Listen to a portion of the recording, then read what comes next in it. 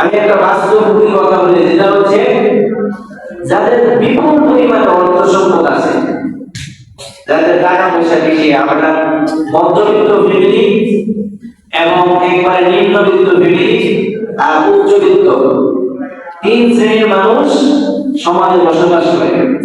এক হলো উচ্চবিত্ত, আরেক হলো মধ্যবিত্ত, আরেক হলো নিম্নবিত্ত।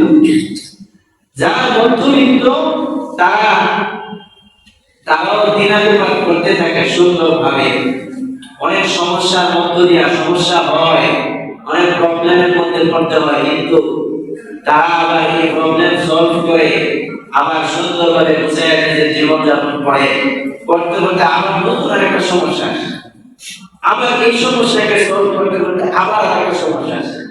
এরকম ভাবে মধ্যবিত্ত শ্রেণীর মানুষেরা নিজেদের জীবনযাপন করে। আর যারা একেবারে নিম্নবিত্ত গরিব দুঃখী, তারা তো খালি দিনে কোনোরকম খায়া পয়লা কোনোরকম ভাবে জীবনযাপন করে। এবং উচ্চবিত্ত ফ্যামিলির কথা যেটা বলতেছিলাম, তারা দেখবেন অনেক শান শৌকত ভাবে চলতে থাকে, টাকা আছে, সুখের যাবতীয় সামগ্রী আছে, কিন্তু মনের শান্তি নাই। যাক, এই আলোচনা বাদ দিলাম, কিন্তু আরেকটা বাস্তবমুখী কথা যেটা দেখবেন, যাদের টাকা পয়সা বেশি আছে তাদের এমন এমন বড় বড় অসুখ হয়, এমন রোগ হয়, যে রোগপাতি গুলা নিম্নবিত্ত মানুষের হয় না। কিন্তু মানে নিম্নবিত্ত মানুষের এরকম রোগ হয় না। দেখবেন নিম্নবিত্ত যারা, তাদের বডি শরীর স্ট্রাকচার অনেক শক্তিশালী, স্বাস্থ্য সবসময় ভালো, কত সহজে রোগ হয় না। কিন্তু যাদের টাকা পয়সা বেশি, 2 দিন 100 টাকা বেশি, হার্টের মধ্যে ছিদ্র, তারপরে লিভারে ক্যান্সার, কোটি কোটি বড় বড় রোগ হয়। ওই যে ধন সম্পদ নিয়ে গুছিয়ে চলে গেছে, আল্লাহ তাআলার কাছে দেয় না। 5,000 টাকা আল্লাহর কাছে খরচ করে না। আল্লাহ বলে, তুমি খরচ করতে না, তোমার মেডিকেল আমি টাকা নিয়ে নেব, তোমার হার্টের ভিতরে একটা ছিদ্র দিয়ে দেবো, 35 লাখ একটা নিয়ে নেব, ঠিক কিনা বলে? এজন্য যাদের টাকা পয়সা ধন সম্পদ বেশি, তাদেরকে এরকম বড় বড় রোগে আক্রান্ত হয়। এজন্য প্রিয় ভাইরা আমার, এগুলোর প্রতি আপনার জ্ঞান করতে হবে।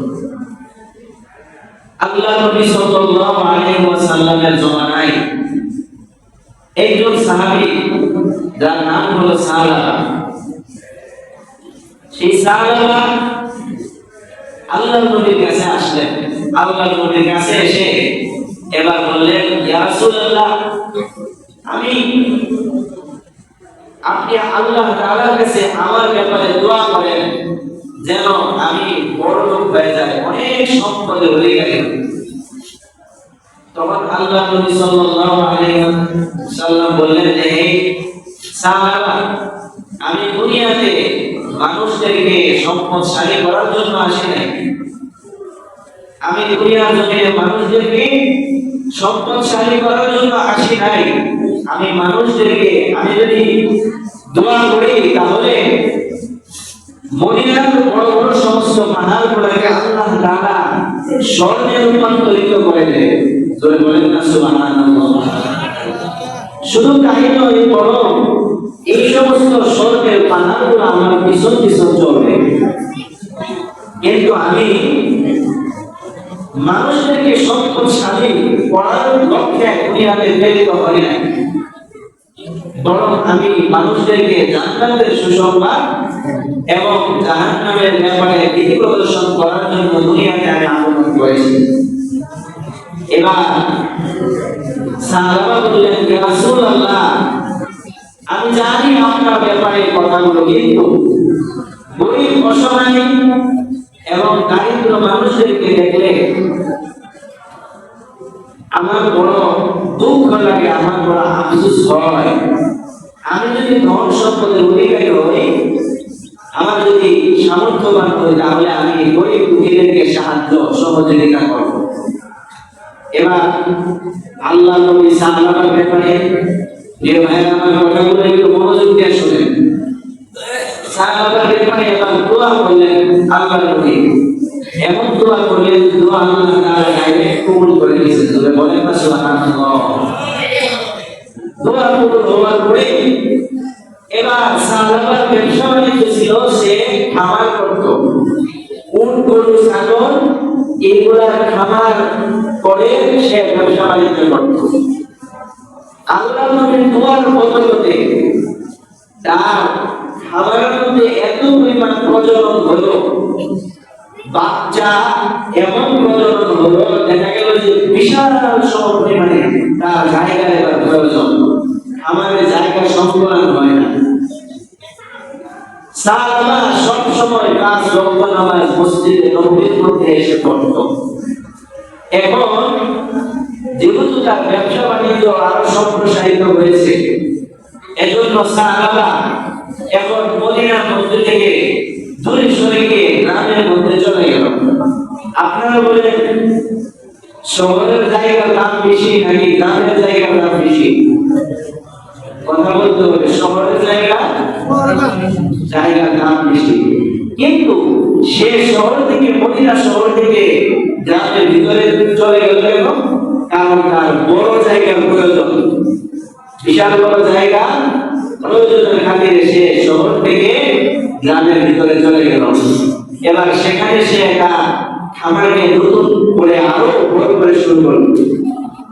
এরপর এবার সাহাবারা শুধুমাত্র জোহর এবং আসরের নামাজ মসজিদে নববীর মধ্যে এসে পড়ে, বাকি নামাজগুলো ব্যবসার কাজে ব্যস্ত থাকার কারণে মসজিদে নববীর মধ্যে আসতে পারে না। সাহাবারা দিন যায় তার ব্যবসার মধ্যে, খামারের মধ্যে বাচ্চা প্রজনন আরো বৃদ্ধি হতে লাগলো, আরো বাড়তে আরো বড় হয়ে গেল। সাহাবারা এবার এখান থেকে আরেকটু করে গ্রামের ভিতরে গিয়ে আরো বিশাল বড় জায়গা নিয়ে এবার আমাদের সে ব্যবসা শুরু করে দিল, খামার বড় করে শুরু করলো। সাহাবারা 5 ওয়াক্ত নামাজ মসজিদে নববীতে আসতো। কিছুদিন পরে ব্যবসার উন্নতিতে আসলো মাত্র আসর এবং জোহরের নামাজে। এখন সাহাবারা আসর আর জোহরের নামাজেও মসজিদে নববীতে আসে না, সাহাবারা এবার আসে শুধুমাত্র জুমার দিনে। তার ব্যবসায় এতটা ব্যস্ত হয়েছে, এতটাই যে ব্যবসা বাণিজ্য নিয়ে এত ব্যস্ত হয়ে গেছে যে মসজিদে নববীর মধ্যে আসার কোনো সুযোগ নেই। এবার দিন যাচ্ছে আর ডেভেলপ হচ্ছে, ডে বাই ডে তার বিজনেসের ডেভেলপ হয়ে গেল। সে এখন তার এই উট গরু ছাগলের খামার আরো প্রজনন বাড়তে লাগলো, আরো বড় হয়ে গেল। এবার সে মদিনা থেকে অনেক দূরে আরো ভিতরে গ্রামের ভিতরে চলে গেল, চলে গিয়ে আরো বড় আকারে বিশাল বড় এগ্রো ফার্ম সে বিশাল বড় করে এইভাবে খামার করলো। খামার করে এখন দেখা যায় যে সাহাবারা 5 ওয়াক্ত নামাজ পড়তো, আস্তে আস্তে জোহর আসর, আস্তে আস্তে জুমা, এখন সে জুমার নামাজেও মসজিদে নববীতে আসে না। তার অবস্থা কতটা অবনতি! এবার সে যখন জুমার নামাজে আসে না, অনেক দিন হলো, অনেক দিন হয়ে গেল। এবার আল্লাহর নবী একদিন সাহাবায়ে কেরামদেরকে প্রশ্ন করলেন, আইনা সাহাবা, সাহাবা কোথায়? সাহাবাকে তো বেশ কয়েকদিন ধরে দেখতেছি না, সে কি নামাজ পড়ে না নাকি নামাজ ছেড়ে দিয়েছে? এই ব্যাপারে সাহাবায়ে কেরাম কিছুই বলতে পারেন না। এরপরে আল্লাহ রাব্বুল আলামিন কোরআনুল কারীমের সূরা তাওবা 103 নম্বর আয়াত আল্লাহ তাআলা নাযিল করেন। বলেন সুবহানাল্লাহ। আল্লাহ বলেন, কুল মিন আমওয়ালিহিম সাদাকাতান তুতাহহিরুহুম ওয়া তুযাক্কিহিম বিহা وصل عليهم إن صلاتك سكن لهم والله سميع عليم। আল্লাহ বলেন যে নবী আপনি তাদের ধন সম্পদ থেকে সদকা যাকাত আদায় করেন, গ্রহণ করেন, যে সদকা এবং যাকাতের মাধ্যমে তারা তাদের ধন সম্পদকে পবিত্র করবে এবং আপনি তাদের জন্য দোয়া করতে থাকেন। এই আয়াত যখন নাযিল হয়ে গেল তখন আল্লাহ রাব্বুল আলামিন তখন আল্লাহ নবী সাল্লাল্লাহু আলাইহি ওয়াসাল্লাম সাহাবায়ে কেরামদেরকে দিয়ে এরকম ভাবে পাঠালেন। সাহাবায়ে কেরামদেরকে দিয়ে আল্লাহ নবী সাল্লাল্লাহু আলাইহি ওয়াসাল্লাম যাকাত সাদকা এগুলো উসুল করার জন্য সমস্ত মদিনার জন্য ধনবান সাহাবী ছিল, ধনবান ধনাঢ্য ব্যক্তিত্ব ছিল, তাদের একটা লিস্টই করলেন, তালিকা করলেন। তালিকার মধ্যে সবার আগে নাম কার আসলো? আপনারা আমার কথা শুনেন না, সবার আগে নাম আসছে কার? সাহাবা। কার নাম আসছে? সাহাবা। আরো বহু মানুষের নাম আসছে। এবার সাহাবায়েরা বনি সুলাইম পুত্রের একজন ধনী মানুষের কাছে গেল, যার এরকম বড় ধরনের এগ্রো ফার্মের বিজনেস ছিল। সে এবার তার কাছে গিয়ে বলল, তোমার ধন সম্পদের হিসাব আমার কাছে দাও। আপনি বলেন, এখন যদি কেউ গিয়া কোনো মানুষের কাছে গিয়ে বলে যে আপনার ধন সম্পদ কত, কাছে হিসাব দেন, হিসাবটা দিব না, পিটাতে দিব, পিটা একটা মারিয়ে বলবো নাকি? যদি কেউ কাকে বলে যে আপনার ব্যাংক ব্যালেন্স কত কিছু আছে, মাসিক আয় কত, ব্যয় কত, হিসাব দেন, আমরা রাষ্ট্রের পক্ষ থেকে আসে, সরকার না সরকার বাবা আসলো, কি করবো? পিটাতে দেবো, ঠিকই না বলে? এরকম ভাবে সাহাবায়ে যাওয়ার পরে বলছে যে যাকাত দিতে হবে, তোমার ধন সম্পদের হিসাব আমাদেরকে দাও, নবীজি পাঠিয়েছে।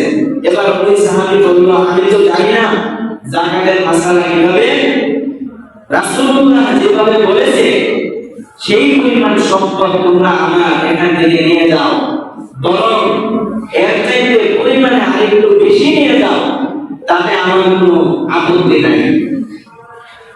5টা উট থাকলে একটা বকরি যাকাত দিতে হয়। এরকম এই মাসালাটা ভিন্ন, এটার পরে ইনশাআল্লাহ কোনো সময় আলোচনা হবে। ওই জমানায় উট বেশি থাকতো, 5টা উট থাকলে একটা বকরি, এরকম মাসালা আছে অনেক। প্রত্যেকটা ধন সম্পদের ব্যাপারে কোন সম্পদ থাকলে কোনটা কিভাবে আদায় করতে হয়, মানুষ আমাদেরকে জিজ্ঞেস করে, হুজুর এরকম ভাবে এত কিছু থাকলে কি যাকাত দিতে হবে? তখন আমরা বলি না, আমরা এটার একল সূত্র উত্তর দেই না, আমাদের কাছে আসতে হবে সম্পূর্ণ ভাবে সব কিছু এক হিসাব নিয়ে আসতে হবে, তারপরে আপনাকে বলে দেব। এই মাসালা জানার পরেও সে অবশ্যই বুঝে যে আমার টাকা পয়সার উপর এরকম ভাবে আসছে, আসার পরে সে কি করে? আদায় করে না। কি না বলে? কি বলতো না, জোরে বলে ঠিক কিনা? এরকম মানুষ এরকম আদায় করে না। ওই যার ফলাফল দেখা যায় কি, এরকম ভাবে আদায় না করার ফলে বিপদ আপদ তার কিছু ছাড়ে না। যাই হোক, এবার সুলাইম পুত্রের ধনী ব্যক্তির কাছ থেকে যাকাত আদায় করে সাহাবায়ে কেরাম চলে গেলেন। এবার ওই সাহাবার কাছে যাওয়ার পরে সাহাবাকে গিয়ে বললেন যে আল্লাহর নবীর নির্দেশনা, যাকাত আদায় করতে হবে, তোমার ধন সম্পদের হিসাব আমাদেরকে দাও। এবার সাহাবা বলল, দেখি রাসূলুল্লাহ কি হিসাব দিয়েছেন। এবার সেই হিসাব থেকে বলল যে এটা তো রাসূলুল্লাহ নবীজি, এটা তো অমুসলিম রাষ্ট্রে মুসলমানরা যদি অবস্থান করে বসবাস করে তাহলে যে ট্যাক্স দিতে হয়, নবীজি তো এইভাবে ট্যাক্স নির্ধারণ করে দিয়েছে। জিজিয়া যেটাকে আরবিতে বলা হয়, অমুসলিম রাষ্ট্রের মধ্যে যদি কোনো মুসলমান বসবাস করে তাহলে সে ট্যাক্স দিতে হয় সরকারকে। জিজিয়া যেটাকে বলে আরব দেশে, জিজিয়া এবং ট্যাক্সের বিনিময়ে সে ওই রাষ্ট্রে বসবাস করতে পারে। সাহাবা বলল, নবীজি তো রীতিমতো আমার উপর ট্যাক্স নির্ধারণ করে দিয়েছে।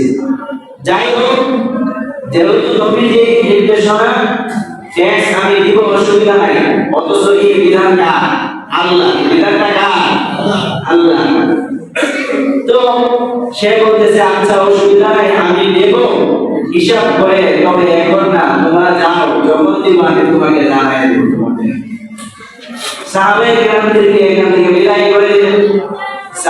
সাহাবাগণ এখন এখান থেকে চলে গেলেন। নবীজি গিয়ে বললেন যে রাসূলুল্লাহ, বনি সুলাইম পুত্রের ধনী ব্যক্তি যাকাত দিল, কিন্তু সাহাবার কাছে যাওয়ার পরে সাহাবা যাকাত দেয় নাই, বলেছে পরে দেবে। সঙ্গে সঙ্গে আল্লাহ রাব্বুল আলামিন আয়াত নাযিল করে দিলেন, সূরা তাওবা 75 এবং 76 নম্বর আয়াত আল্লাহ তাআলা সরাসরি নাযিল করে দিলেন।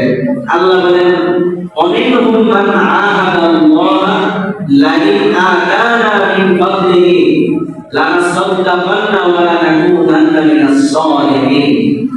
আল্লাহ বলেন, কিছু মানুষের আছে আমার কাছে এরকম ভাবে চাইতে থাকে যে রব্বুল আলামিন আপনি আমাকে ধন সম্পদ বাড়ায় দেন, যদি বাড়ায় দেন তাহলে আমি অসহায় দরিদ্র মানুষদেরকে দান সদকা করব। এরপরে 76 নম্বর আয়াতে আল্লাহ বলেন, ফালাম্মা আতাহু মিন ফাদলিহি বাখিলু বিহি। আল্লাহ বলেন যে যখন আমি তাদেরকে ধন সম্পদ দিলাম, বাখিলু বিহি, তখন তারা কৃপণতা করে, তারা এই ব্যাপারে এতটা বিমুখ হয়ে যায়, ভুলেই যায়। এক সময় আল্লাহ তাআলা এই আয়াতের ব্যাখ্যায় মুফাসসিরিন কিরাম বলেন যে মানুষ যারা বর্তমানে ধনী হয়েছে, আপনি তাদের ব্যাকগ্রাউন্ড তালাশ করে দেখবেন, কিছু সময় তাদের টাকা পয়সা ছিল না, অনেক হতদরিদ্র ছিল, বিদেশে যাওয়ার আগে তার টাকা পয়সা ছিল না, ব্যবসা বাণিজ্য করার আগে তার কাছে টাকা পয়সা ছিল না, বাবা থাকার সময়কালে তার কাছে টাকা পয়সা ছিল না, কোনো না কোনো পন্থায় কোনো না কোনো ভাবে সে বড়লোক হয়েছে, টাকা পয়সা কিছু একটা হাতে আসছে, হাতে আসার পরে কি করলো, সে আল্লাহকে ভুলে গেল। জোরে বলে নাউজুবিল্লাহ। এই আয়াতটা যখন আল্লাহ তাআলা নাযিল করে দিলেন, তখন কি হলো, ওই সাহাবার একজন মামা ছিল, মামা এবার ঘোড়ায় চলে তার সাহাবার বাড়িতে চলে গেল। বাড়িতে গিয়ে বললো যে সাহাবা, তুমি এদিকে ব্যবসা বাণিজ্য নিয়ে আসো, গিয়ে দেখে সাহাবা ঘুমিয়ে আছে। তাকে জাগ্রত করে বললো, তুমি ঘুমাচ্ছ, ওইদিকে তোমার বিরুদ্ধে কোরআনের আয়াত নাযিল হয়েছে। বলে নাউজুবিল্লাহ, তুমি যদি যাকাত আদায় না করো তোমার ধন সম্পদ ধ্বংস হয়ে যাবে। এবার সাহাবা ছিল মুনাফিক, সাহাবা আল্লাহর নির্দেশনা পালন করার জন্য যাকাত দেয় নাই। সাহাবা কি করলো, সে 500 উট বকরি দুম্বা এগুলা নিয়ে চললো মসজিদে নববীর কাছে। মসজিদে নববীর মধ্যে সব সময় মুজাহিদদের জন্য খাবারের ব্যবস্থা থাকতো, 100 এরকম ভাবে 200 এরকম বকরি খাবারের জন্য অনেক সময় আসতো। কিন্তু আজকে বিপুল পরিমাণে 500 উট বকরি ভেড়া দোয়া চলে আসছে। আল্লাহ রাসূল এবার ভাবতে লাগলেন যে এত পরিমাণে তো কখনো আসে না,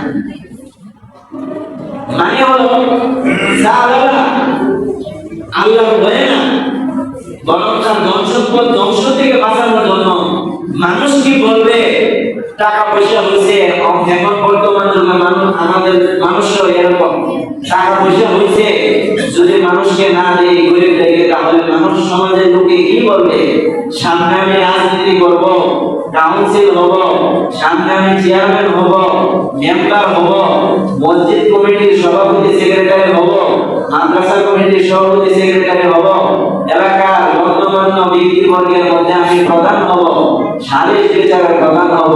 এখন যদি আমি এরকম না করি তাহলে মানুষ আমাকে কি বলবে, সমাজে আমার একটা অবস্থান থাকার দরকার।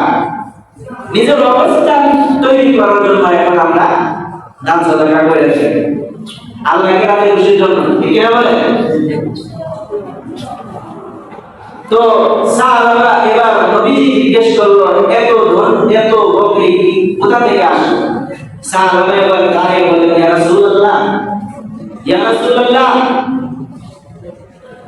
যাকাত আদায় করতে দেরি হয়ে গেছে, এজন্য আমি আমার যাকাত দিয়ে উপস্থিত হয়েছি। এবার নবীজি বলেন, আয়াত নাযিল হয়ে গেছে।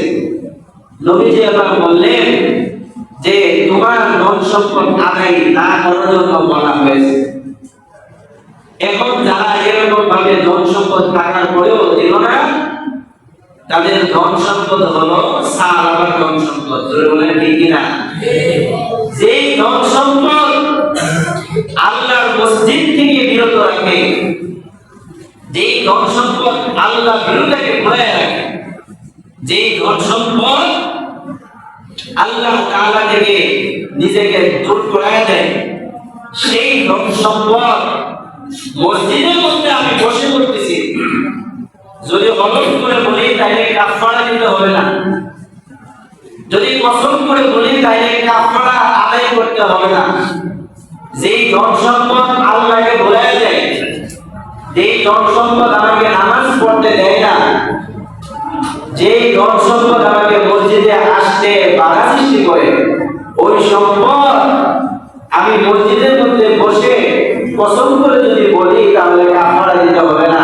ওই ধন সম্পদ তার জন্য রহমত নয়, বরং ওই সম্পদ হলো তার জন্য আল্লাহর গজব। জুড়ে বলেন নাউজুবিল্লাহ। সমাজের মধ্যে মানুষের ধনী ব্যক্তির ধন সম্পদ দেখলে আমার ঈর্ষা হয়, আমার আফসোস হয়, আমার হিংসা হয়। আরে তার মতো একটা বিয়ে বিশ্বরি করতে পারলাম না, তার মতো বিজনেস আমি করতে পারলাম না, তার মতো টাকা পয়সা বাড়ি গাড়ি আমি অর্জন করতে পারলাম না। আপনি চিন্তা করেন, ওই লোক মসজিদে যদি না আসে, তার যদি আল্লাহ বিরুদ্ধে না থাকে, আল্লাহর গোলামি যদি না করে, তাহলে মনে রাখতে হবে তার ওই ধন সম্পদ তাকে জাহান্নামে নিয়ে যাওয়ার কারণ হবে। জোরে বলেন নাউজুবিল্লাহ। এজন্য যেটা বলতেছিলাম, যে ধন সম্পদ মসজিদে আসা থেকে বাধা দেয়, ওই ধন সম্পদ হলো সাহাবার ধন সম্পদ।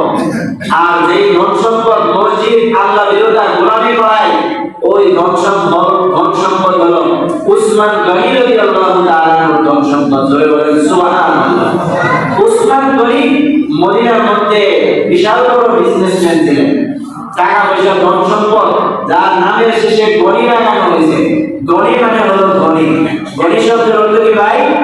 গনি শব্দের অর্থই হলো ধনী, মানে হলো উসমান গনি, ধনী উসমান। যেই ধন সম্পদ মসজিদে আনে আল্লাহ বিরুদ্ধে শেখায়, সেই ধন সম্পদ হলো উসমান গনি রাদিয়াল্লাহু তাআলার ধন সম্পদ। আমাদের যাদের ধন সম্পদ আছে, আমরা এখনো সুযোগ আছে এগুলা আমরা যথাযথভাবে হক আদায় করে এই যাকাত গুলো আমরা ঠিকঠাক ভাবে আদায় করার চেষ্টা করব।